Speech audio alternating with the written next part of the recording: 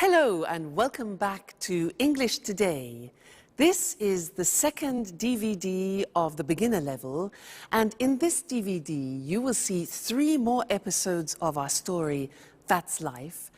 And then in our special TV programs there will be a debate about low-cost airlines and an interview with a sports expert about football training.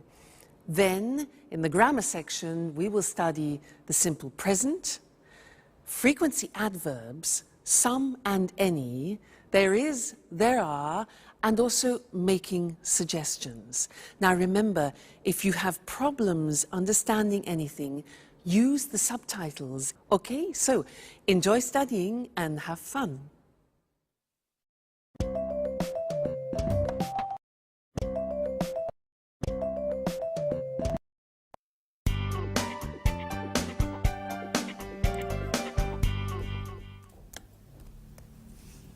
Hello, Anne. Oh, it's you, Peter. Look, this is it. Look at what? My office. Here, near my bed. Oh, I see. By the way, where are the office supplies? The computer supplies are in that cupboard over there. The folders, pencils, pens, etc. are here in this cupboard. And I also have 2 chairs. Oh, good. Are these for everyone? No, they are not. Don't touch anything, please. Okay, so you say you have all of the office supplies. No, not really.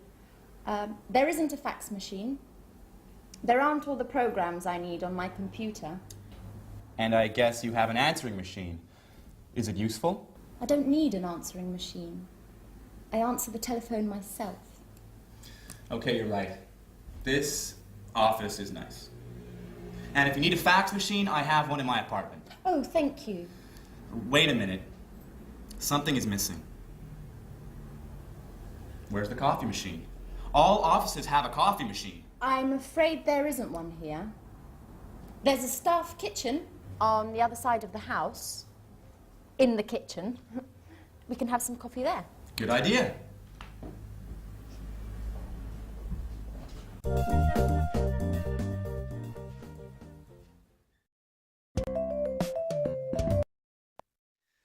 Hello and welcome back to English Today.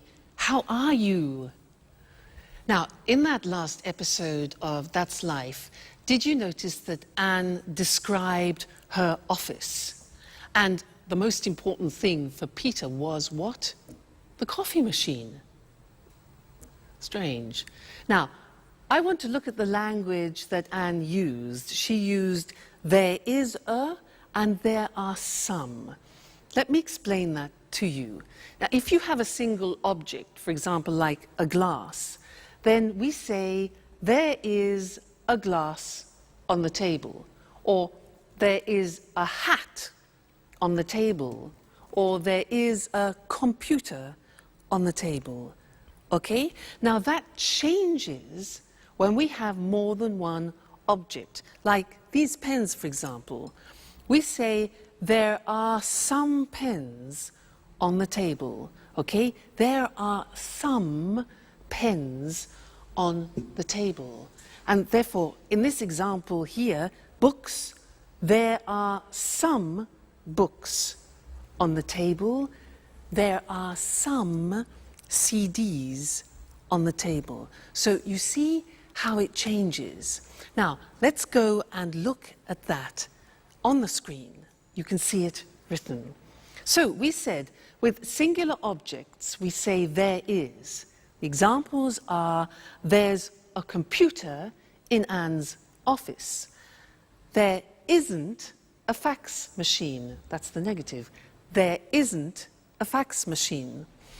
There's a table in the studio, and there isn't a coffee machine, which Peter can't believe. Now look at the plural form.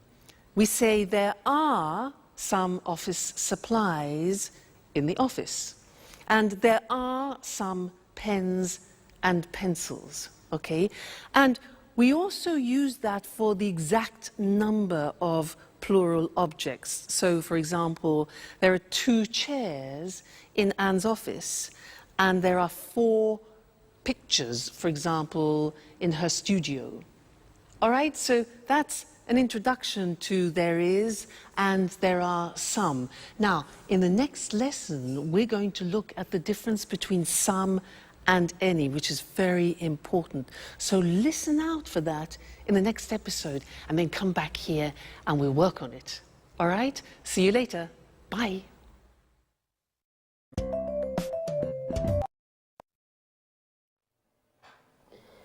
Do you want milk with your coffee? There's a bottle in the back of the fridge. I prefer it without milk, but with some sugar. Oh, I'm afraid there isn't any sugar. Well, that's okay. Black coffee is good too. Do you have any of those great cookies? Oh, yes. There are some cookies over here.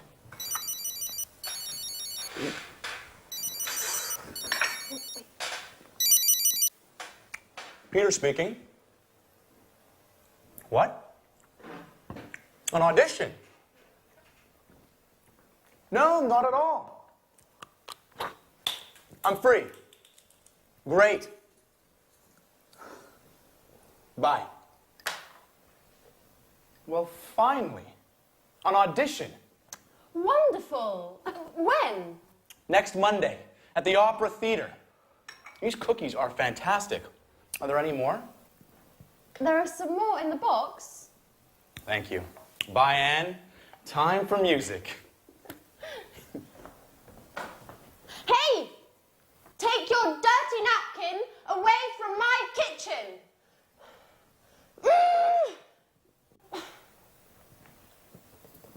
It's nice to have you as my new office neighbour.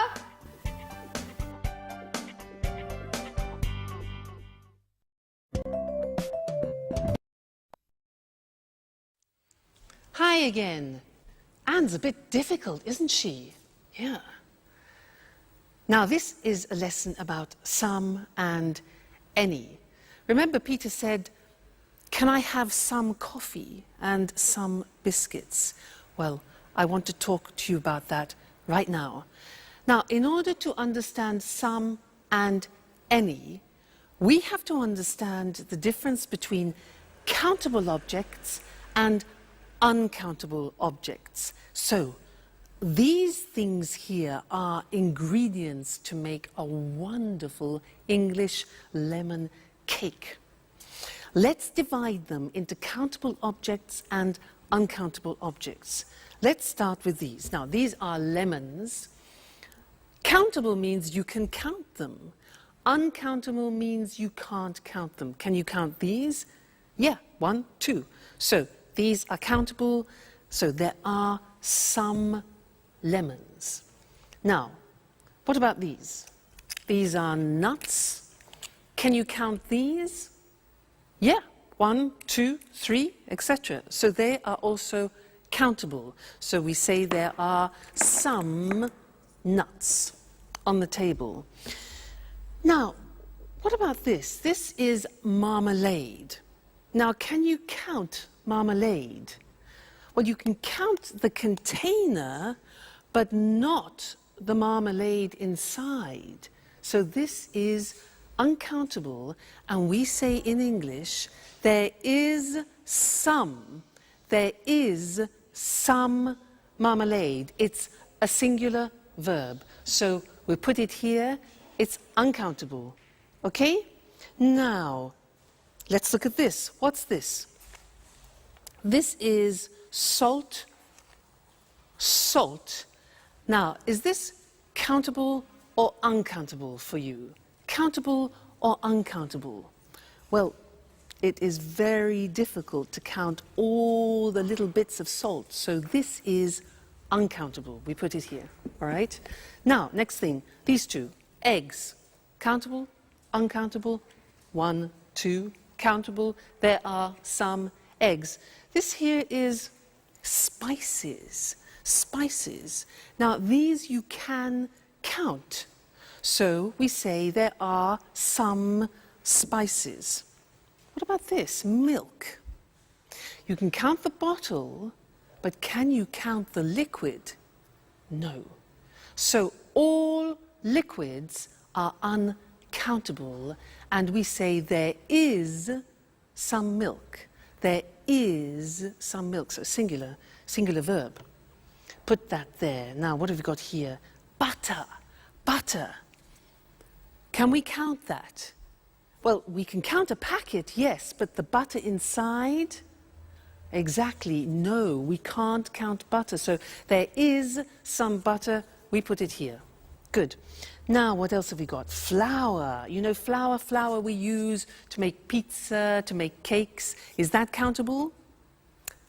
Exactly, it's not countable. It's like salt, like sugar, like coffee. So we put this here, uncountable. And the last thing, this. What's this? Water. Is water countable? No, it's not. So water goes with the uncountable. There is some water. It's quite difficult, hey? Let's look at the screen to see that written, all right? And we will do a general summary. So we said countable objects in the plural. In the positive form, we say there are some lemons on the table. There are some CDs on the table. There are some eggs on the table. So that's countable. Now the negative is there aren't any. We use any. There aren't any cigarettes on the table. There aren't any biscuits. Important. Any for the negative. There aren't any magazines, for example. All right? Now, questions. Here again, we use the word any. We use any in the negative and any in the questions. So, are there any glasses on the table? Are there any books on the table? Are there any pens? All right, so some in the positive, any in the negative, and the question form. Good. Now, let's move on to uncountable objects. These ones here. The examples are, there is, singular verb, some sugar on the table. There is some flour on the table. There is some water on the table. Okay? Negative, again, we use any. We say there isn't any bread on the table. There isn't any wine, a liquid, on the table. There isn't any chocolate on the table, all right? Questions, again, with the singular verb and any. Is there any money on the table? Is there any pasta? Unfortunately not. And is there any beer? Okay? Now, I want to add one more thing to this lesson, and it's the words this, that, these, those. Let me explain. With one object, you say this CD when it's close to you, this CD. But when it's distant from you, far away, you say that CD, this, that. All right? We hear this very often. Let me take two, plural. Now we say these CDs. When they're far from you, we say those CDs. Okay? So these, those, one, this, that. Let's see that on the screen. So this book, plural, these books when they're close to you, and that chair, for example, and those chairs when they're distant from you.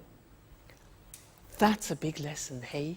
There's a lot to remember. So we have some and any, countable and uncountable, this, that, these, those.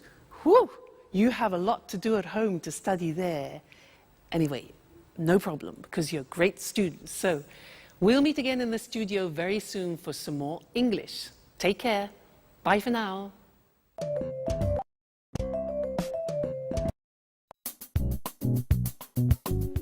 Work is so hard, guys. I wake up at 6:30 every day, have breakfast, and take the train to work. Every day. I know. I get up at 7, but I have a friend at work who usually gets up at 6. Why? That's too early. It takes him an hour to drive to work. Wow, that's a long drive. Yes. But he lives in the country. I think he's lucky. Every weekend he can go for walks in the woods, not in traffic jams. I guess that's pretty nice. He lives in the countryside, but works in the city. A pretty nice combination. What about you, Sharon? What time do you wake up? I usually get up at about 9 o'clock, but I live in the city. It's easy to get to work. Yes, but you get home very late. Often 6:30 or 7. You know, I sometimes have 5 or 6 groups of tourists a day. You work too much, my dear. And you sing too much, Peter.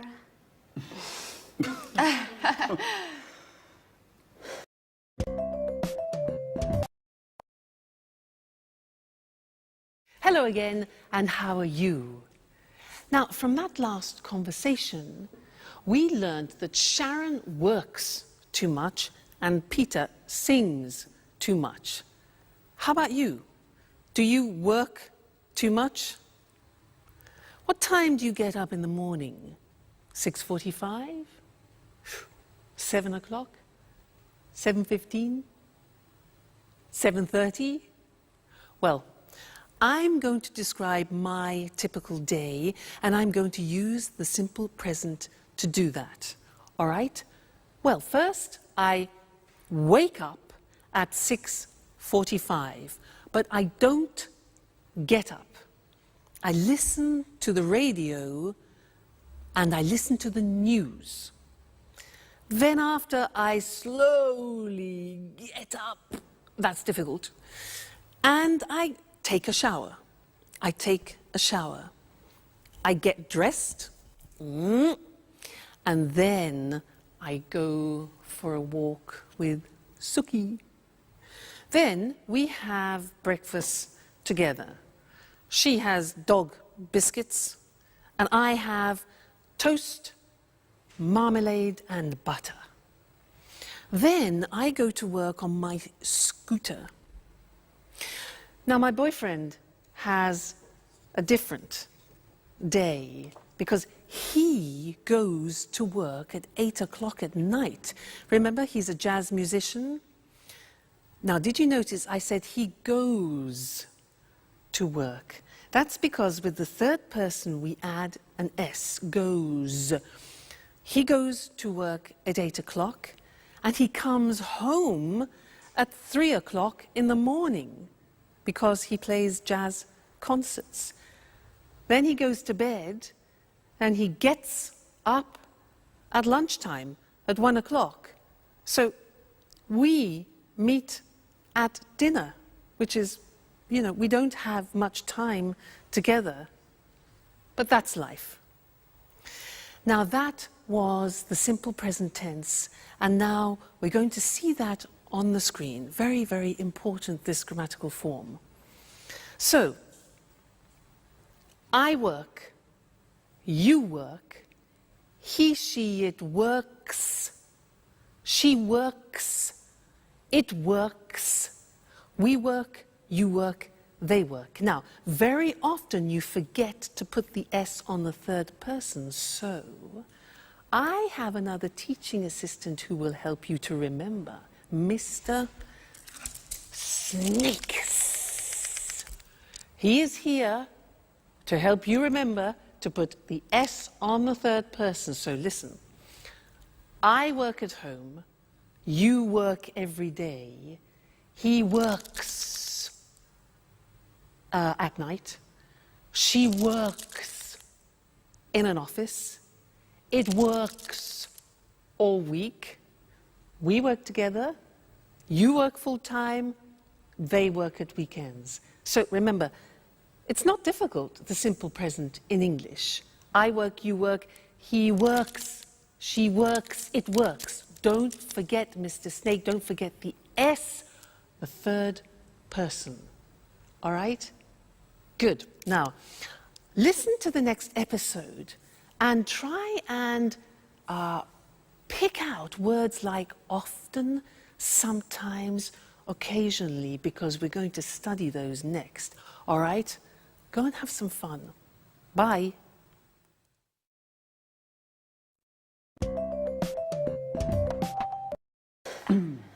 Alice, I bet you don't wake up at 6 o'clock every day.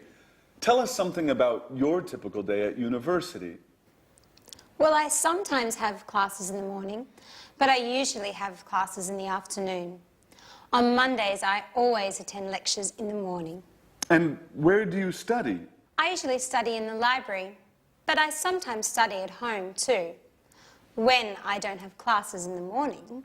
My friend David also studies at your university. Do you remember him? David Leary? Yes, I occasionally see him in the library, and sometimes in the park. In the park? Doing what? He likes studying there. He takes his books, finds a nice park bench, and reads there. Not a bad idea. You can study and enjoy nature at the same time. Yes, I like the park too. Unfortunately, I often need books that are in the library. And what about lunch? Do you usually make sandwiches and take them with you? Oh no, I hate cooking. I usually have lunch in the cafeteria with friends. Oh, I do just the opposite. I usually cook lunch at home. I seldom have a quick lunch at coffee shops. Okay, guys. Stop with this boring talk. What about fun? Do any of you do anything besides working and studying? It's Friday, remember? You're right, Jack. I'm so happy it's Friday. Me too. It's weekend time. Time for shopping.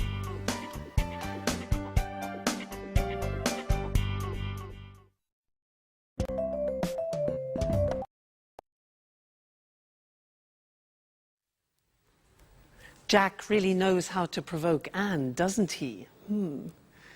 Did you notice those words? Sometimes, always, occasionally? Because we're going to study those now. And in English, they're called the frequency adverbs. And we usually use them with the simple present tense. And they describe how many times you do actions, frequency adverbs. Now, to help me introduce them, I have another teaching assistant. This is, ta-da, Mr. Dinosaur. Mr. Dinosaur is here to help you with the frequency adverbs. Dinosaur, D-I-N-O-S-A-U-R.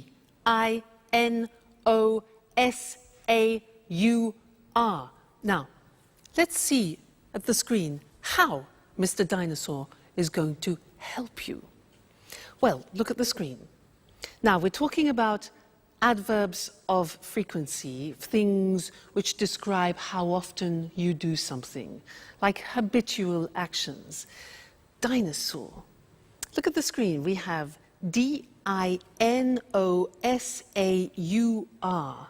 Now, these letters represent a frequency adverb. Let's see if you can find them. What do you think O is when you do something a lot? Yeah, often. O is often. What about N? When you do, N is never. Good. N is never. What about A? Something that you do a lot. A is always. Good. What about S? S is sometimes. Very good, sometimes. Now, U is for usually. Usually, it's a habit. What about R? R stands for rarely. That's difficult to pronounce. Rarely. And the last one, look at the top. We've got D. Monday, Tuesday, Wednesday, Thursday, Friday, Saturday, Sunday is a bit strange, this. Every day. All right, so those are the main frequency adverbs. Every day, never, often, sometimes, always, usually, rarely. You notice sometimes is also the same as occasionally, and rarely, another way to say rarely is seldom. Okay, now, the important thing about Mr. Dinosaur and the frequency adverbs is where to put them in the sentence. Now, look at the examples. We put them in front of the main verb. So, I never go out. You always arrive late. He usually gets up at 7. She rarely plays tennis. It often rains in England. We sometimes watch TV. You occasionally drink wine. And the last one is different. Every day they drive to work. Usually every day we put at the beginning. But the others are always before the main verb and after the subject. Now, one problem. There is an exception to the rule, which is typical of the English language. And what is the exception? The exception is the verb to be. The verb to be is always an exception in English. Let's see how that works. Look at the example. He isn't often late. We are sometimes in a hurry. You see the position. The position of the frequency adverb is after the verb to be, not before. And that's the rule. So he isn't often late. We're sometimes in a hurry. They're never at home. And I'm always tired. So those are the frequency adverbs, very important, and we use them to describe our habitual actions. Now, in the next episode of That's Life, listen for this word, enough. Enough. It's a very strange word, because we're going to talk about that in the next lesson here in the studio. So, go and see That's Life. Bye.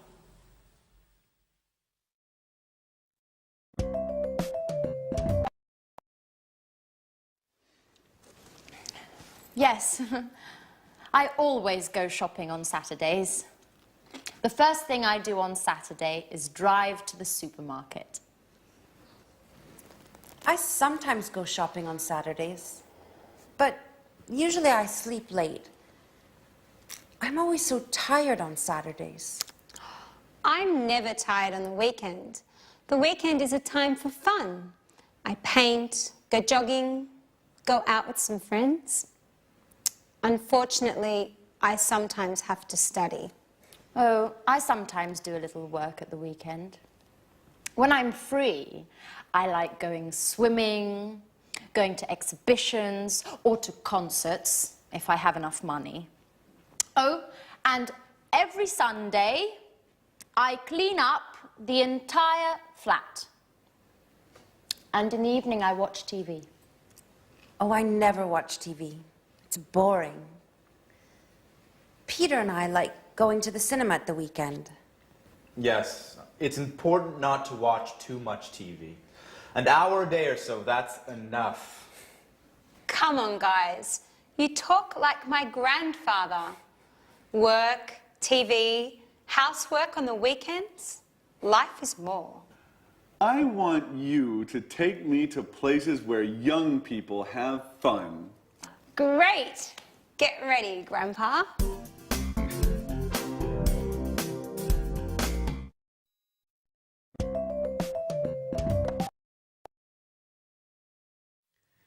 Hello and welcome back again to English Today, your live English language program.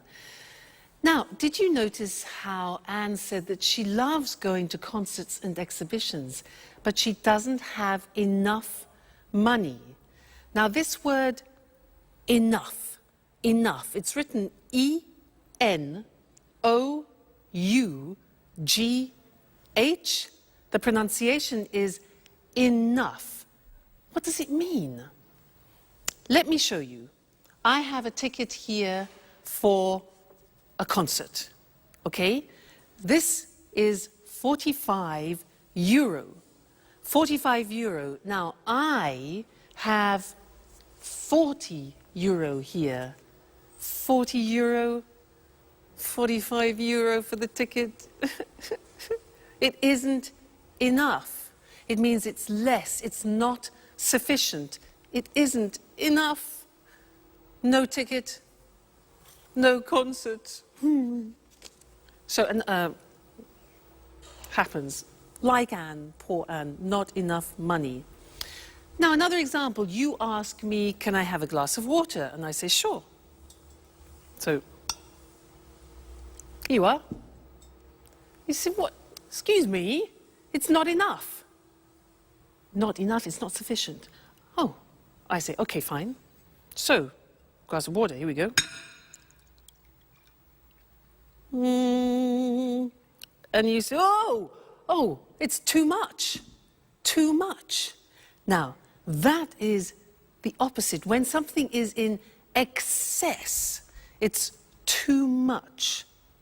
Let's go back to the ticket. For example, imagine that the theatre ticket has a discount. Now it only costs 30 euro. 30 euro. I've got 40 euro, which is too much. In excess, too much. But that's great. That's not a problem. That's great. I can go to the concert. Okay? So, that's enough, too much. Now, one more word. It's a small word, and it's so. When do we use so? If I say to you, you are so intelligent, that describes an emphasis. You are so intelligent. You could also say, the glass is so full.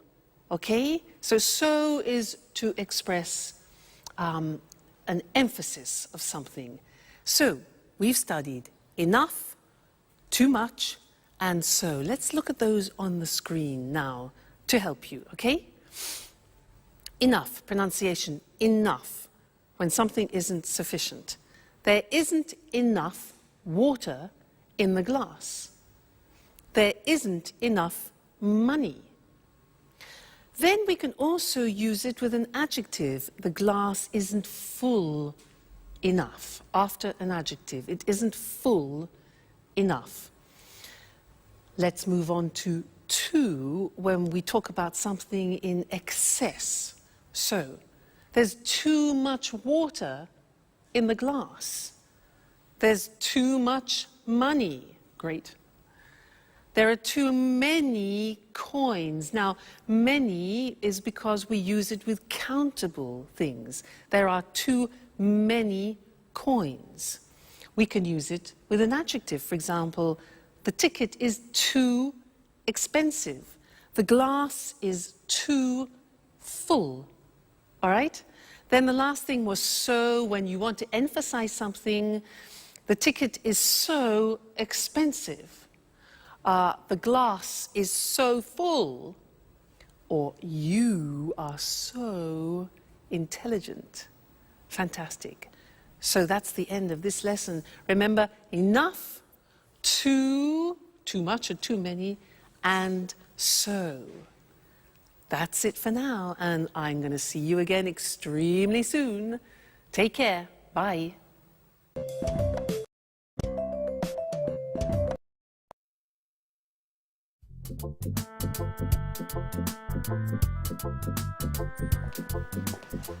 May I ask you a question, Alice? Sure, ask any question you like. I'm an open book. Do you have a boyfriend? Well, I go out with some boys, but that's nothing serious. According to my birth chart, I need some Taurians. But that's not easy now that Saturn is in Leo. I see. Anyway, I think you have a strange relationship with boys. Oh, no. I like boys very much. They're great at carrying packages. You're exceptional. Thanks, Jack. But now, stop talking about me. Let's talk about you. What do you think of me? No, really. I'm curious. What do you do at work? Oh, nothing special. You know Speedmaster, the sporting goods factory. Yeah, sure. They produce wonderful running shoes. What department do you work in? I'm a sales manager. Last month they gave me a promotion, and now I'm responsible for Southern Europe. That's why I moved here. Wow, that's really interesting. You must be very good at work. What exactly do you do? Oh, basically I look for new clients and keep them informed about new product lines and take care of their requests. What kind of requests do they have? Oh, they often ask questions about new models and prices. What do you do if they want a discount? Well, basically, I don't get mad. I listen to them and then I tell them no. Well, seriously speaking, it depends. Each client is different.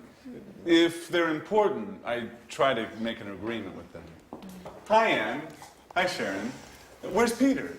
Oh, Peter's preparing his audition. Well, tell Peter I wish him good luck. Do you really care?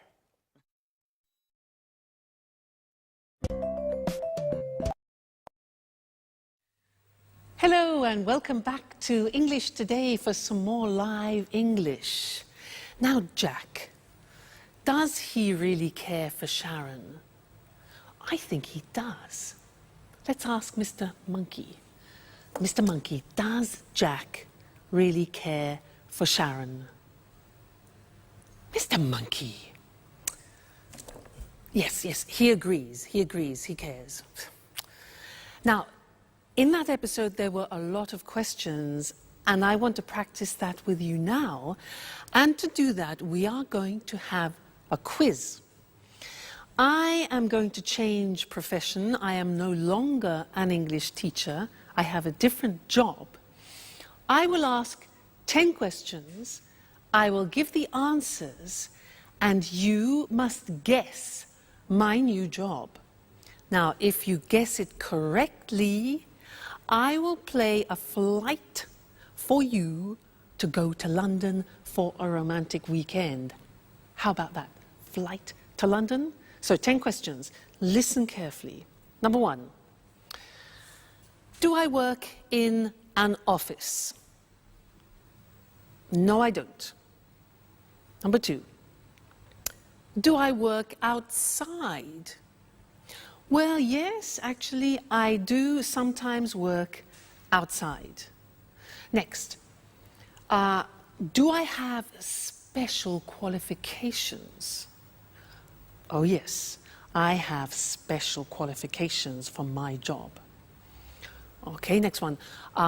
Do I work at weekends? Yes, I do, actually. Most weekends I work. So, I don't work in an office. I work outside sometimes. I have special qualifications, and I work at weekends. Okay, next one. Do you travel a lot? Oh, yes, I travel everywhere. I travel to America, to the Far East, around Europe, a lot. Do you earn a lot of money? Oh, yes, I earn a lot of money. Next question. Do you use your hands when you work? Yes, I do. I use my hands and I also use my feet. Very important. Next one. Do you work with other people?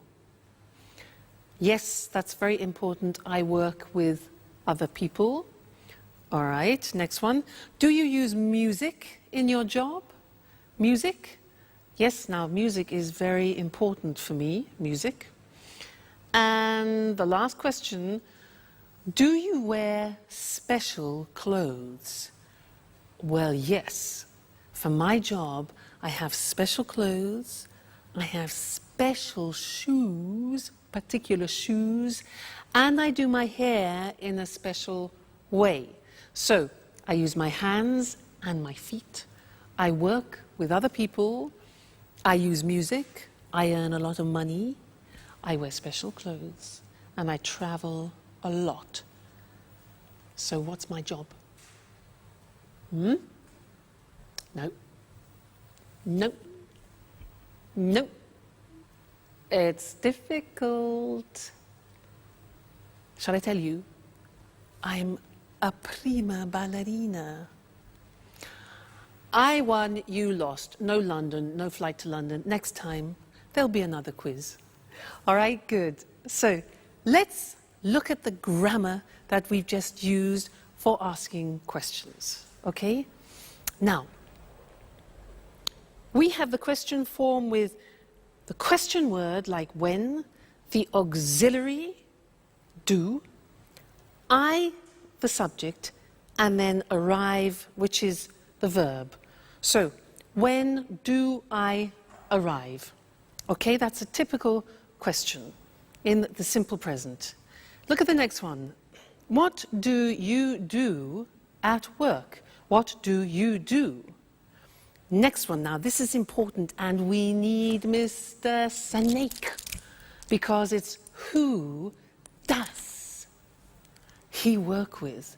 Remember, does, third person, the S, do becomes does. So, who does he work with? Next one, why does she study? Third person. How much does it cost? Again, third person, it. When do we leave? Where do we live? And how do they speak English? Okay, so remember, third person does is the auxiliary plus the infinitive. All right, so those are the English question forms. Now, in the next episode, listen out for the negative form, and then we'll study that together.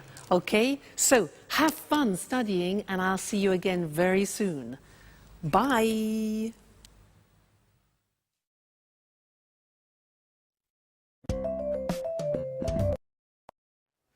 Oh, girls, we're talking about jobs. Tell me about your job, Sharon. What do you do at the moment? That's an interesting question. Really? Why do you say that? Well, you know I have a degree in archaeology, but now I'm doing something quite different. Do you have a part-time job? No, unfortunately, it's a full-time job. I work for a travel agency. Oh, what do you do? I give tours around the city. I bring tourists to monuments and museums and other interesting places. Oh, that's nice. Could I have you as a tour guide for one day? I'm sorry.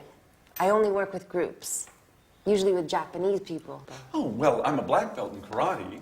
Very funny, but it's not enough. It's too bad. Anne, stop cleaning for a moment. Sit down and tell me about your job. Okay. I work in a publishing company. Oh, so you work with famous writers? Not exactly.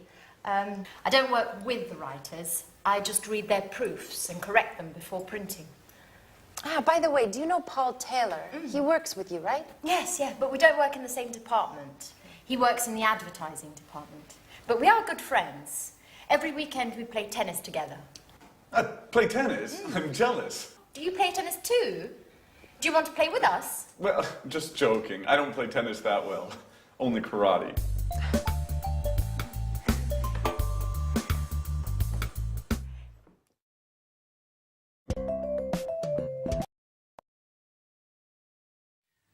Jack, I don't play tennis very well. I only do karate. He doesn't play tennis very well. It's easy. Men.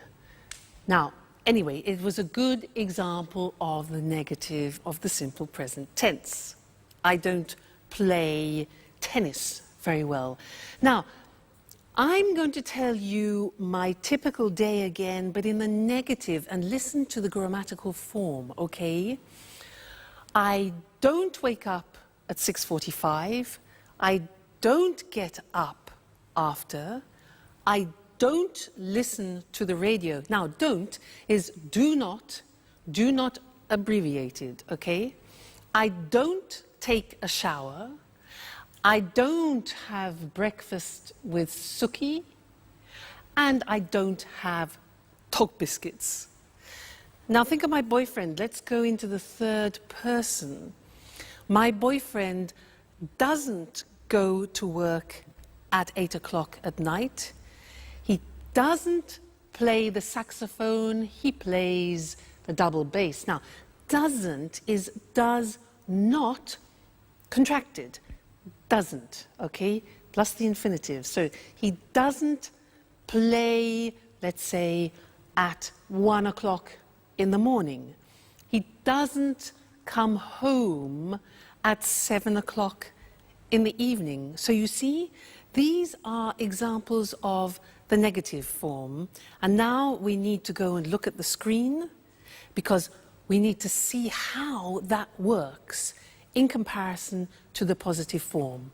All right? Great. Now, look at the examples. I don't teach on Sundays. Do not becomes don't. I don't teach on Sundays. You don't know my parents. Jack doesn't, does not. Jack doesn't play tennis well.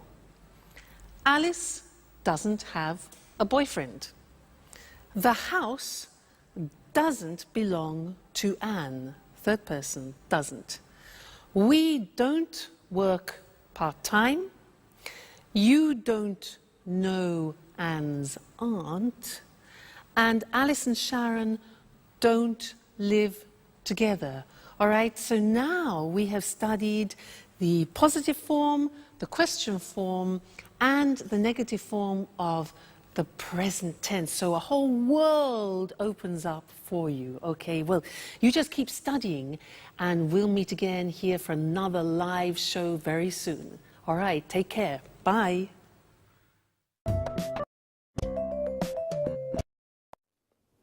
Good evening from Eric Brown. Welcome to another edition of Let's Talk. With me here in the studio are Marie and Tom. Hello, Marie. Hello, Tom.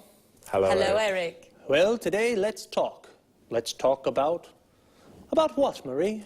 Low-cost airlines. Very interesting. You're right, Eric. You know, there are 90 low-cost airlines in Europe today. Really? So many?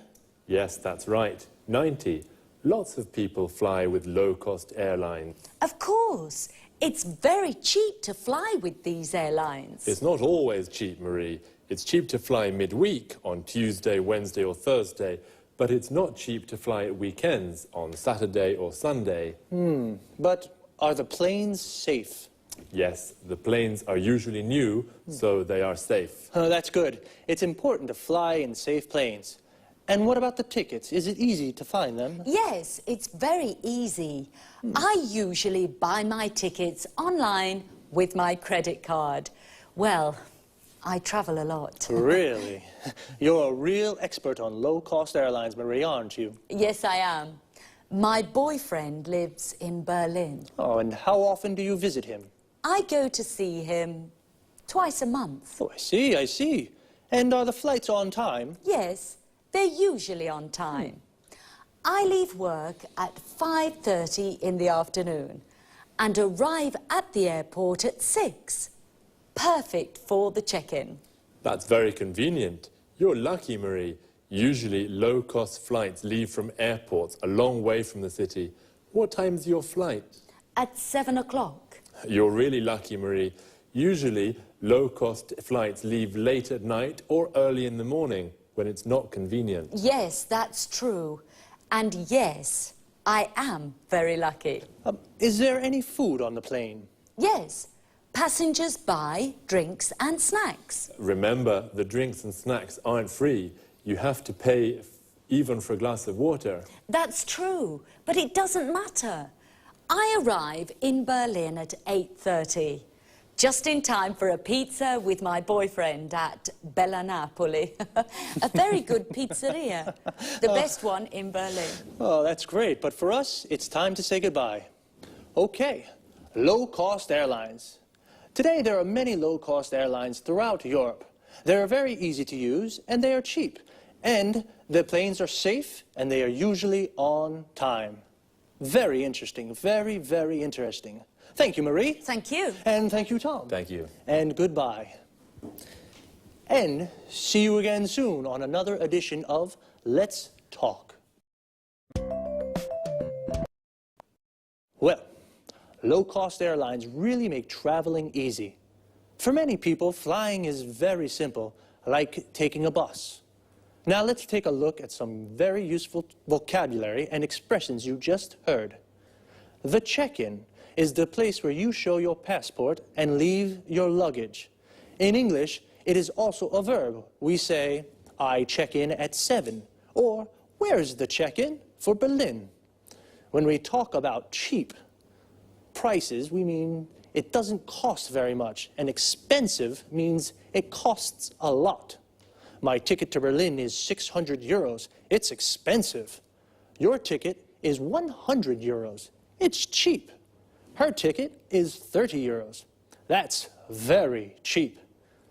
To say what airline we use, we say fly with, followed by the name of the airline. I fly with Air Liverpool, or the type of airline. I fly with low-cost airlines. And what about when you want to ask if the plane is late? We can say, are the flights on time? If the flight is at 7 and it goes at 7, it is on time. But if the flight is at 7 and it goes at 10, it's late. Marie said, I buy my tickets online. This means she uses the internet to buy her ticket. What other things can you do online? Here are some examples. I reserve hotel rooms online. I don't call the hotel on the phone to reserve a room. I use the internet.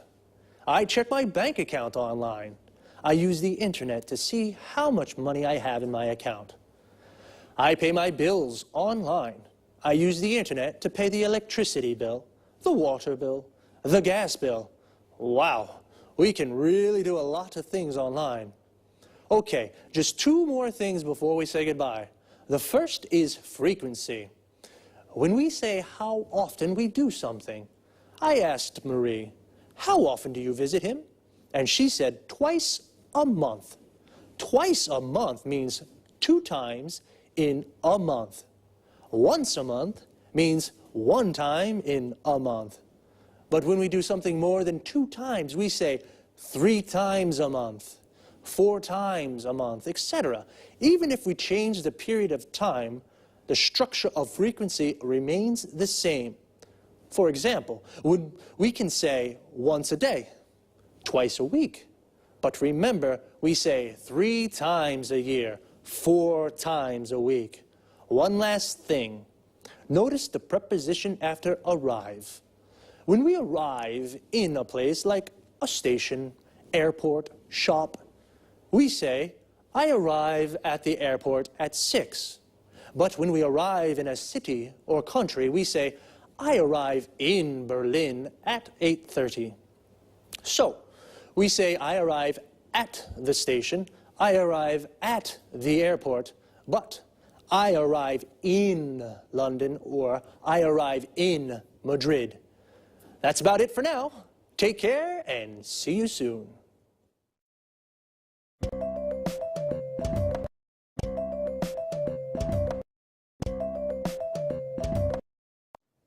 Good afternoon to everyone. Welcome to Sports Special, the program dedicated to all sports and all sports fans. I'm Eric Brown. In the studio with me is John Forbes, our sports expert. Well, John, what are you talking about this afternoon? Football. Great, my favorite sport. It's not only your favourite sport, Eric. Millions of people love football. Of course. It's a fantastic game, the best in the world. Well, maybe, but remember, Eric, football isn't only about fame, success and money. Oh, a lot of money. Professional footballers earn millions of euros. That's true, but football is also about hard work, fitness training, stretching and jogging almost every day. Really? How often do professional players train? They go jogging every day at 8 in the morning, and then they work out in the gym. Ah, so much exercise. And that's not all. Really? What do you mean? Well, they also practice football 3 or 4 times a week with the team. And where do they train? They usually do fitness training at the football ground. First they do stretching, then they practice shooting. Is the coach with them during the training? Yes, of course. The coach is very important for the team. He shows the players good techniques for passing, dribbling and heading. And he decides who plays in the matches. How many matches are there in a football championship? 30, more or less. You know, football championships take place in the winter, usually from September until June. And when do they play matches? At weekends, but the big clubs also play during the week for the European Cups. Oh, championships, European Cups, training. Footballers are very busy. Yes, they are. The only time they rest is in the summer.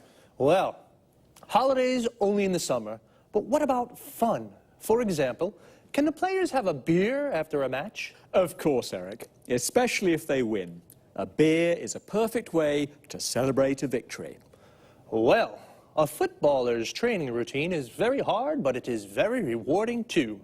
Okay, thanks to our expert, John Forbes. And goodbye to all football fans and sports lovers. See you again soon for a new edition of Sports Special. First of all, football and soccer are the same thing. Football is the British word, and soccer is the American form. But they are exactly the same thing. So, let's take a look at some of the vocabulary we use to talk about football. Do you like football? If you do, then you are a football fan. Like me. Do you support a team? I support Inter. We say that we support a team when we are a fan of that team. So, what is a team? It's the group of players that play together. For example, Manchester United is a football team. A person who plays football as a job is called a professional footballer or a professional football player. Footballer and football player are the same thing. A football player is a footballer. And every team has a coach. A coach is the person who prepares the team. He teaches techniques and how to play well. So, 11 football players make a team, and when 2 teams play against each other, they play a match. But as John told us, footballers don't only play matches, they do a lot of training. Training is all the exercises they do to prepare for matches. We can say, footballers do training, or footballers train. Training is the noun, and train is the verb. And what do they do when they train? John said a few. They work out in the gym. They do stretching. They go jogging. And they practice football skills. John also mentions some of the skills or techniques that footballers practice. Passing, which means to pass or kick the ball to another player. Dribbling, which means to move the ball forward with the ball. Shooting, which means to shoot or kick the ball into the goal. And heading, which means to hit the ball with your head. It's a lot of hard work. I think they definitely deserve a beer when they win. Well, that's all from me for now. Take it easy. See